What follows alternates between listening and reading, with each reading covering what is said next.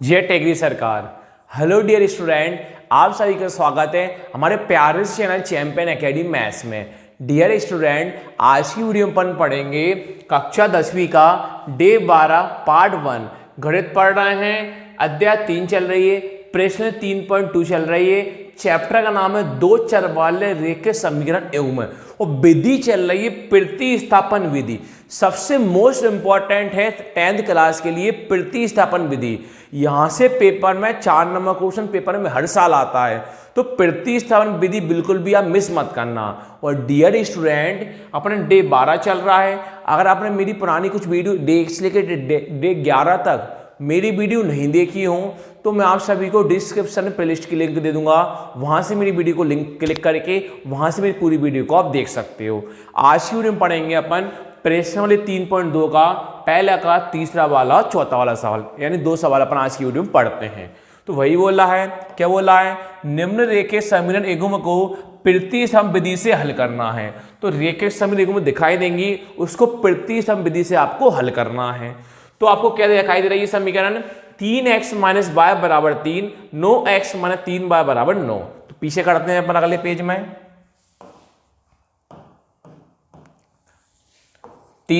वो पहले का तीसरा। आप लिखोगे दिया है, क्या लिखोगे आप, दिया है। तो आपको देखिए समीकरण कौन कौन दिखाई दे रही है। आपको दिखाई दे रही है 3x - y बराबर 3, 3x - y बराबर 3, ये आपके पास समीकरण 1 है। फिर आपको दिखाई दे रही होगी 9x - 3y बराबर 9, 9x - 3y बराबर 9, ये आपके पास समीकरण 2 है। अब प्रतिस्थापन विधि में करते क्या है, समीकरण 1 और समीकरण 2 है, यहां से किसी भी एक समीकरण से, चाहे 1 से चाहे 2 से, कोई सी भी एक समीकरण से अपन समीकरण 3 बनाते हैं। क्या करते हैं, समीकरण 1 या समीकरण 2, वहां से अब समीकरण 3 बनाते हैं। तो मैंने पिछले सवाल में सिखाया था, पिछली वीडियो में फर्स्ट वाला सेकंड वाले में, ऐसा समीकरण लेते हैं जिसके साथ कोई संख्या ना हो, ऐसा चर राशि लेते हैं जिसके साथ कोई संख्या ना हो, चाहे 1 में हो चाहे 2 में हो, वहां से हम समीकरण 3 बनाते हैं। अगर समीकरण 1 से लेते हैं तो समीकरण 3 वाला मान 2 में रखते हैं। अगर समीकरण 2 से लेते हैं तो समीकरण 3 वाला मान 1 में रखते हो। तो प्रश्न में ध्यान से आप बने रहिए। तो अपन को ऐसी चर राशि लेना है जिसके साथ कोई संख्या ना हो, वो वहां से हम समीकरण बनाएंगे। देखो यहां से अपने पास क्या है, 3 संख्या है -3, यहां से 9 क्या है, संख्या है, यहां से 3 क्या है, संख्या है। पर y के साथ कोई संख्या है क्या, सर नहीं है, y के साथ कोई संख्या नहीं, हम y को ले लेंगे, पर माइनस का है तो मजबूरी है, संख्या नहीं है पर माइनस का, तो भी अपन y को अपन को लेना पड़ेगा। इसके साथ संख्या इसको नहीं लेंगे, इसके साथ संख्या इसको भी नहीं लेंगे, इसके साथ संख्या इसको भी नहीं लेंगे, अपन किसको लेंगे, -y को लेंगे। क्यों, इसके साथ कोई भी संख्या नहीं है। अगर -y का लेते हो तो आपका आंसर छोटा सा हो जाएगा, आपका आंसर 3x से भी आएगा, 9x से भी आएगा, -3y से भी आएगा। पर आपको हमेशा ध्यान रहे, जब प्रैक्टिस करोगे तो आप हमेशा किस चीज से कर रहे हो। तो मैंने आपको फर्स्ट सेकंड में भी यही सिखाया था, जिसके साथ कोई संख्या ना वो आप लेते हो, पर y के साथ कोई संख्या नहीं है, इसलिए हम किसको लेंगे, y को लेंगे। समीकरण अपने पास कौन है, 1 है, लिख देंगे समीकरण 1 से। करते हैं अपन आगे समीकरण 1 से। तो आप लिखोगे समीकरण 1 से। तो अपने समीकरण 1 कौन लिए, आपने अपने जे लिए 3x - y बराबर 3, कौन लिया आपने, 3x - y बराबर 3 लिया है। अब कैसे करें, ध्यान से आप देखिए आपके पास 3x का 3x दिखाई दे रहा होगा, कौन दिखाई दे रहा, 3x का 3x। अभी देखिए आपने y को सिलेक्ट किया है तो पहले y निकालना पड़ेगा। देखिए जी अभी 3 प्लस का है, अगर हम किसी का चिन्ह प्लस का मानते हैं तो 3 प्लस वाला इस किस में जाएगा, माइनस में पहुंच जाएगा। बराबर का बराबर, y भी किस में है, माइनस में, तो y माइनस वाला उस किस में पहुंच जाएगा, प्लस में पहुंच जाएगा। 3x का 3x था, 3 प्लस वाला माइनस में आया, y माइनस वाला उस साइड प्लस में पहुंचा। तो यह करके क्या करते हैं, संख्या को पलट देते हैं। कैसे, y आपको मान निकालना है तो y वाला आगे आ जाएगा, उस साइड वाला पीछे पहुंच जाएगा। जब दोनों को बदलते हैं तो चिन्ह को कभी बदला नहीं जाता। तो y आगे आ जाएगा और 3x - 3 पीछे पहुंच जाएगा। ये आपके पास आ गई समीकरण 3। ये आपके पास कौन आ गई, समीकरण 3 आ गई। अब फिर मैंने आपको ये सिखाया था, अगर समीकरण 1 से लेते हैं तो ये मान समीकरण 2 में रखते हैं, अगर समीकरण से दो से लेते हैं तो मान समीकरण 1 में रखते हैं। अभी अपने समीकरण 1 से लिए तो ये मान समीकरण आप 2 में रखोगे। कौन सा मान? y का मान। तो अब लिखोगे समीकरण 2 में y का मान रखने पर, समीकरण 2 में y का मान रखने पर, तो मैं समीकरण 2 में रखते हैं y का मान। तो आपके पास समीकरण 2 कौन दिखाई दे रही है? 9x माइनस 3y बराबर 9।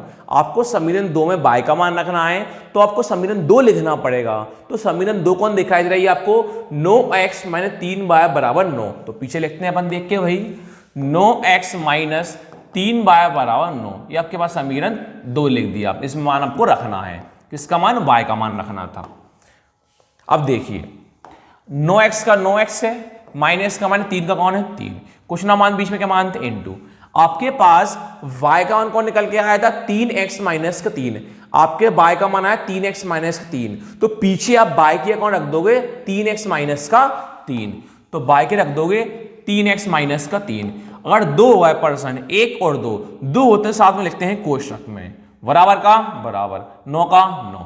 आपने कल y के 3x माइनस का 3 मान रख दिया, 9x का 9x। अब कोष्टक खोलते हैं, -3 का इंटू 3x में भी होगा, -3 का इंटू -3 में भी होगा। -3 का इंटू अपन 3x में करते हैं तो माइनस प्लस माइनस होता है इंटू करने पे। 3 इंटू 3x कितना होता है? 3 माइनस का माइनस, 3 इंटू 3x कितना होता है? 9x होता है। अब -3 का इंटू -3 में करोगे, अब -3 का इंटू -3 में करते हो तो माइनस माइनस क्या हो जाएगा? प्लस। 3 इंटू 3 कितना होता है? 9। बराबर आपके पास कौन है? 9 है। तो प्लस के 9x से माइनस का 9x क्या हुआ? कैंसिल हो गया। प्लस का 9 बचा, बराबर का 9 बचा। यानी इसमें ना x का आंसर आया ना y का आंसर आया, जो सदैव सत्य है। सत्य क्यों? इसके कितने भी आंसर आ सकते हैं। तो अब लाइन लिखोगे, जो सदैव, या यहां लिख दो कॉमा लगा के, जो सदैव सत्य है, जो सदैव सत्य है। बताऊंगा सत्य क्यों है। अब लाइन लिख दोगे लास्ट में, अतः रेखीय समीकरणों, अतः रेखीय समीकरणों, अतः रेखिक समीकरणों युग्म के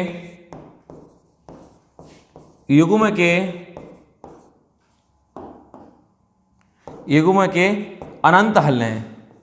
आगे लिख दूं वहीं, युग्म के अनंत हल हैं। रेखीय समीकरण अनंत हल है। अब अनंत हल कैसे देखिए, और सदैव सत्य कैसे देखिए। आपको जैसे y बराबर 3x माइनस 3 दिखाई दे रहा था, y बराबर 3x माइनस 3 था तो मैं लिख दिया y बराबर 3x माइनस 3 लिखा मैंने, समीकरण 3 थी। मान के चलिए अब x का मान 1 रख रहा है, कितना रख रहा है? x का मान 1 रख रहा है हो, तो y बराबर 3 का 3, कुछ ना हो तो इंटू, आपने x ये 1 रखा, मन से रखा, x ये 1 माइनस का 3, y बराबर 3 इंटू कितना होता है? 3 माइनस का 3, तो 3 माइनस 3 कितना हो जाता है? 0। आपने x का मान 1 रखा, 1, पर y का आंसर कौन आया? आपके पास 0 आया।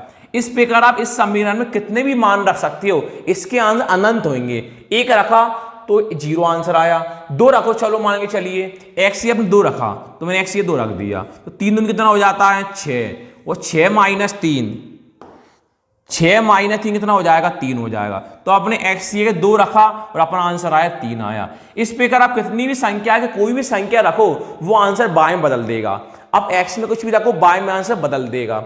तो इस प्रकार क्या होता है, जो सदैव सत्य है, अतः रेखीय समीकरणों के एक रेखीय समीकरण युग्म के अनंत हल हैं। इसके कितने भी आंसर के हल हो सकते हैं। इसमें इस प्रकार x का मान आया और ना y का मान आया। इस प्रकार चौथे प्रश्न पर आते हैं अपन।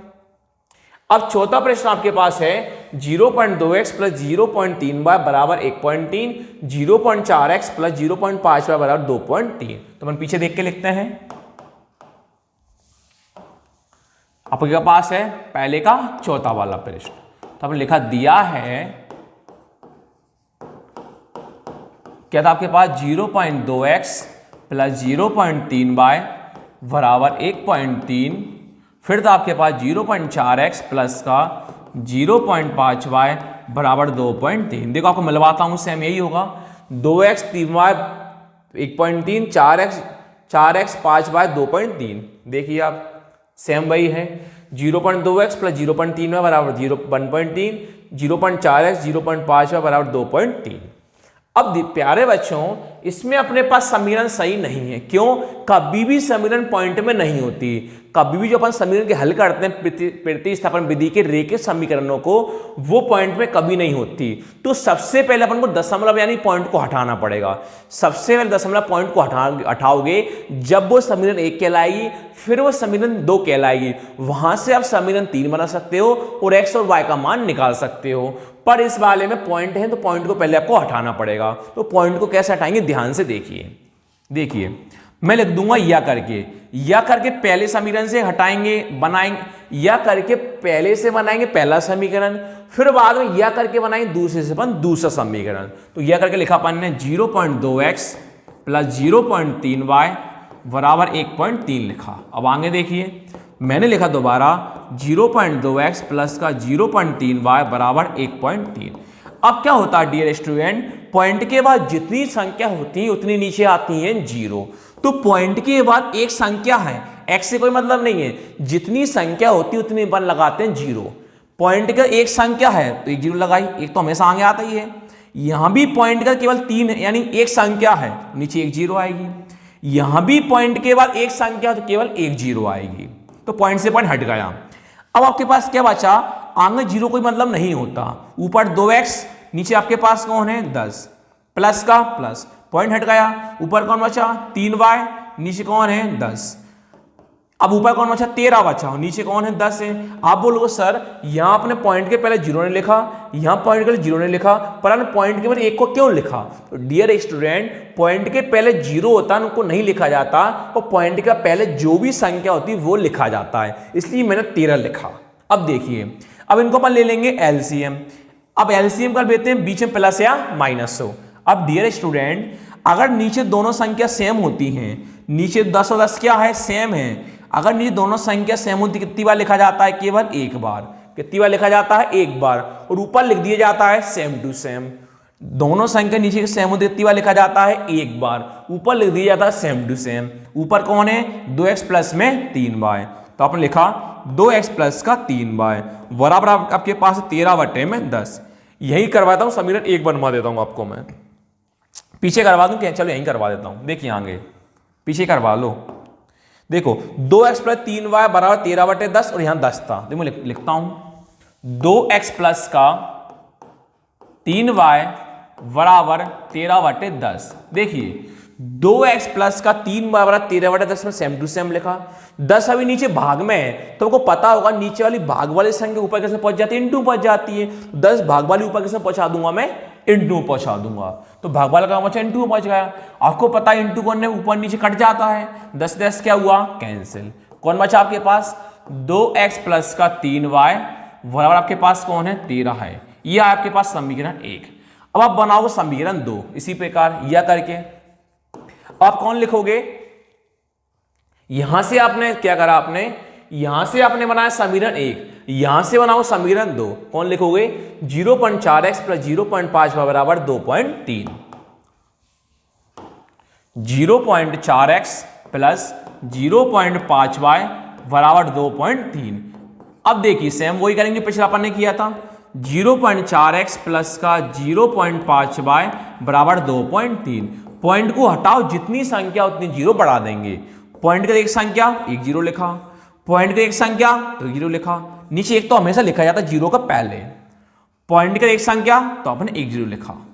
अब देखिए ध्यान से स्टूडेंट, पॉइंट के जो बाद जो संख्या चाहिए वो लिख दो। 0 को नहीं लिखा जाता, कभी संख्या को लिखा जाता है। कौन बचा 4x, नीचे आपके पास कौन है 10, प्लस का प्लस, यहां से कौन बचा आपके पास 5y, नीचे कौन है 10, यहां से कौन बचा आपके पास 23 बचा, और नीचे आपके पास कौन है 10 है। जो पिछला वही काम में किया था। यहां वही एलसीएम ले लोगे। एलसीएम लेने पर अगर नीचे दोनों संख्या सेम कितनी बार लिखा जाता है, एक बार। 10 और 10 क्या है सेम, कितनी बार लिख दोगे आप, एक बार। जो ऊपर बचा सेम टू सेम लिख दो। ऊपर कौन बचा 4x प्लस का 5y बराबर 23/10। जो पिछला काम किया था 10 भाग वाला में पहुंच गया था, इनटू पहुंच गया था, तो पहुंचा दो। क्या लिखोगे आप? 4x प्लस का 5y बराबर 23/10 था। और जो नीचे अपने पास 10 किस में भाग में 10 भाग वाला ऊपर किस में पहुंच जाएगा? इनटू में पहुंच जाएगा। भाग में 10 का इनटू में पहुंच गया। 10 क्या हो गया? कैंसिल हो गया। आपके पास कौन बचा? 4x प्लस का 5y बराबर कौन है? 23 है। ये आपके पास आ गई समीकरण 2। एक भी समीकरण आ गई आपके पास, 2 समीकरण भी आ गई। अब दोनों समीकरण को आप प्रतिस्थापन विधि से आराम से आप हल कर सकते हो। तो अब लिखोगे समीकरण 1 व समीकरण 2 से, समीकरण 1 व समीकरण 2 से। अब देखिए आपके पास समीकरण 1 कौन है? आपके पास समीकरण 1 है 2x प्लस 3y बराबर 13। 2x प्लस 3y बराबर 13, ये आपके पास समीकरण 1 आई है। दूसरी आपके पास क्या आई है? 4x प्लस का 5y बराबर आपके पास कौन है? 23 है। ये आपके पास समीकरण 2 आई है। अब आप किसी भी एक समीकरण से चाहे 1 लो चाहे 2 बनाओ, उससे आप बनाओगे समीकरण 3। तो अब समीकरण 3 कैसे बनाएंगे? ध्यान से देखिए, मैंने आपको सिखाया था जिसके साथ कोई संख्या ना हो वो लेते हैं। दूसरी चीज मैंने आपको सिखाई थी पहले क्वेश्चन में, अगर सभी के साथ संख्या हो तो हमेशा पहले वाले लगो यानी x को। देखिए यहां भी संख्या 4 है, यहां भी संख्या 5 है, यहां भी संख्या 3 और यहां भी संख्या 2 है। तो सभी के साथ संख्या है, अगर सभी के साथ संख्या हो तो हमेशा कौन सा लेते हो? पहला वाला। पहला वाला यानी 2x वाला। कौन सा लोगे आप? 2x वाला। तो समीकरण कौन सी आपके पास? 1 है, तो क्या लिख दोगे आप? समीकरण 1 से। समीकरण 1 से आप बनाओगे समीकरण 3। तो आप लिखोगे समीकरण 1 से, समीकरण 1 से। तो आपके पास समीकरण 1 कौन है? 2x प्लस का 3y बराबर आपके पास कौन है? 13 है। आपने x को सिलेक्ट किया था, तो देखिए 2x बराबर 13 का 13, 3y भी किस में है? प्लस में है, तो 3y प्लस प्लस साइड किस में पहुंच जाएगा? माइनस में पहुंच जाएगा 3y। आगे देखिए x बराबर 13 माइनस का कौन है? 3y है। अब देखिए ये इनके भी किसी का चिन्ह इनटू का मानते, गुणा का मानते हैं।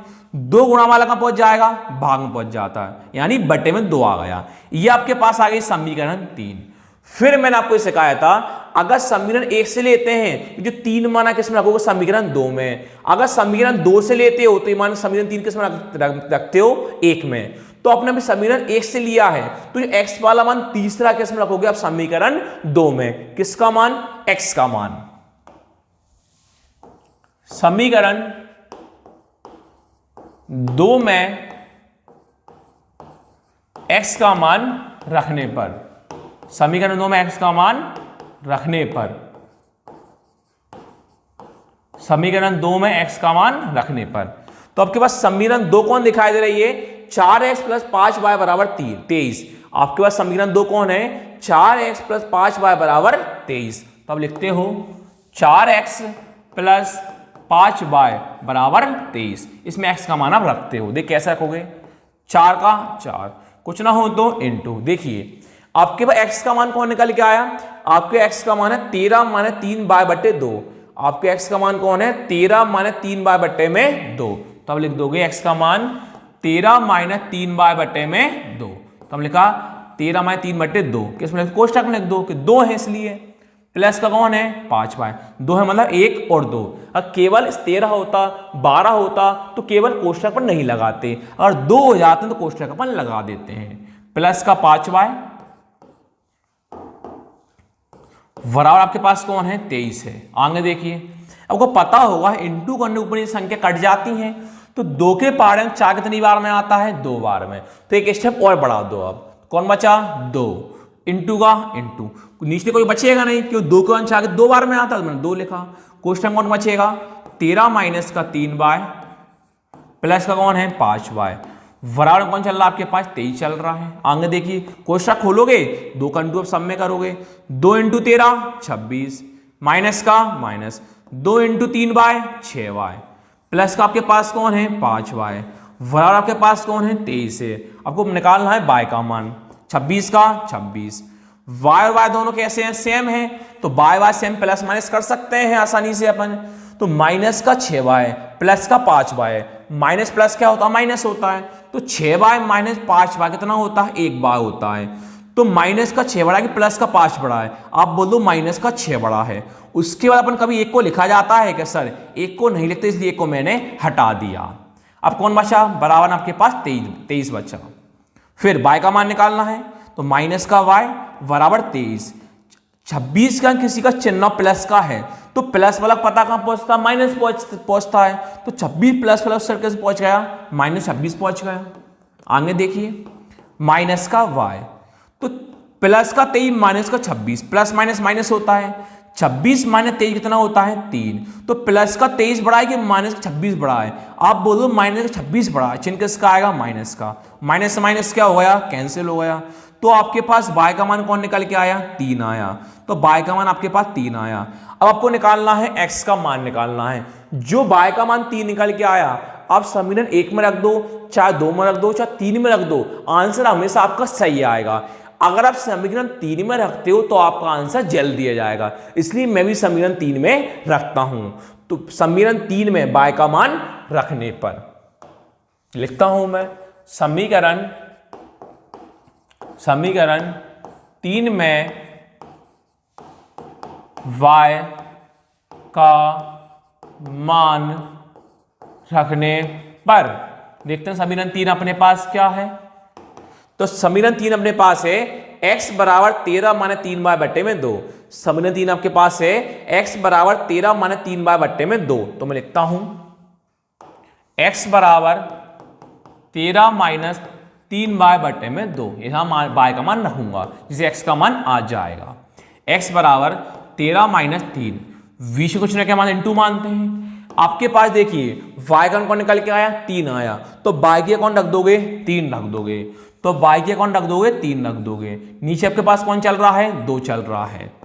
x बराबर, तो पहले माइनस का इंटू होता है, तो आप सभी लोग जानते हो वोट मास के साथ पहले कौन होता है, इंटू होता है। 13 माइनस 3 इंटू 3 कितना होता है, 9। नीचे कौन चल रहा है, 2 चल रहा है। x बराबर 13 माइनस 9 कितना होता है, 4। नीचे कौन है, 2 है। तो 2 के बाद 4 कितनी बार में आते हैं, 2 बार, 2 दूनी 4। आपके पास x का मान निकल के आया 2, y का मान आया तो आपके पास 3। तो लास्ट में लाइन लिख दोगे आप, अतः x बराबर 2 और y बराबर 3। x बराबर 2, y बराबर 3। इस प्रकार अपने आज की वीडियो पर ने क्वेश्चन फर्स्ट का 3rd वाला 4th वाला सीख लिया है। अब नाइट वाली वीडियो सीखेंगे क्वेश्चन फर्स्ट का 5th वाला और 6th वाला। Thank you.